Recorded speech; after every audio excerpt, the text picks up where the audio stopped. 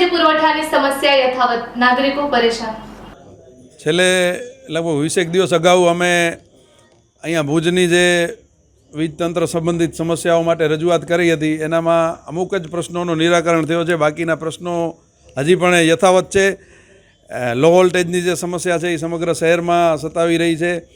એના લીધે લોકોને એક તો આવી કાળઝાળ ગરમીમાં ગરમીનો પ્રશ્ન ઉપસ્થિત થાય છે, ઉપકરણો બળી જવાના કારણે આર્થિક નુકસાની ભોગવવી પડે છે। લાઇટ આવવા જવાનો જે પ્રશ્ન છે એ વધી ગયો છે।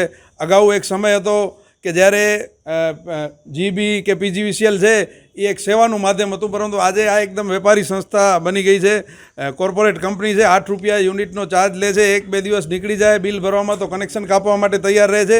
ત્યારે જે રીતે એ લોકો પોતાના પૈસાની વસૂલાત કરે છે ને જે ભાવ લે છે એ પ્રમાણે એમણે સેવા પણ એવી જ આપવી જોઈએ, અને એ આપવામાં આ તંત્ર 100% ઊણું ઉતર્યું છે।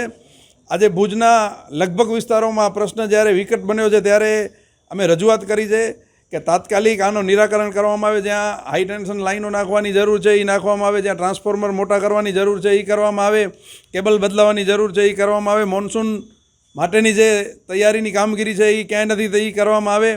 આ બાબતે રજૂઆત કરી, અને જો હવે અમે ત્રીજી વાર આ બાબતે રજૂઆત કરવા નહીં આવીએ, જો આ પ્રશ્નનો નિરાકરણ 10 દિવસમાં નથી થયો તો જીબી ભુજ સિટીના જે યુનિટની કચેરી છે એને 100% તાળાબંધી કરવામાં આવશે।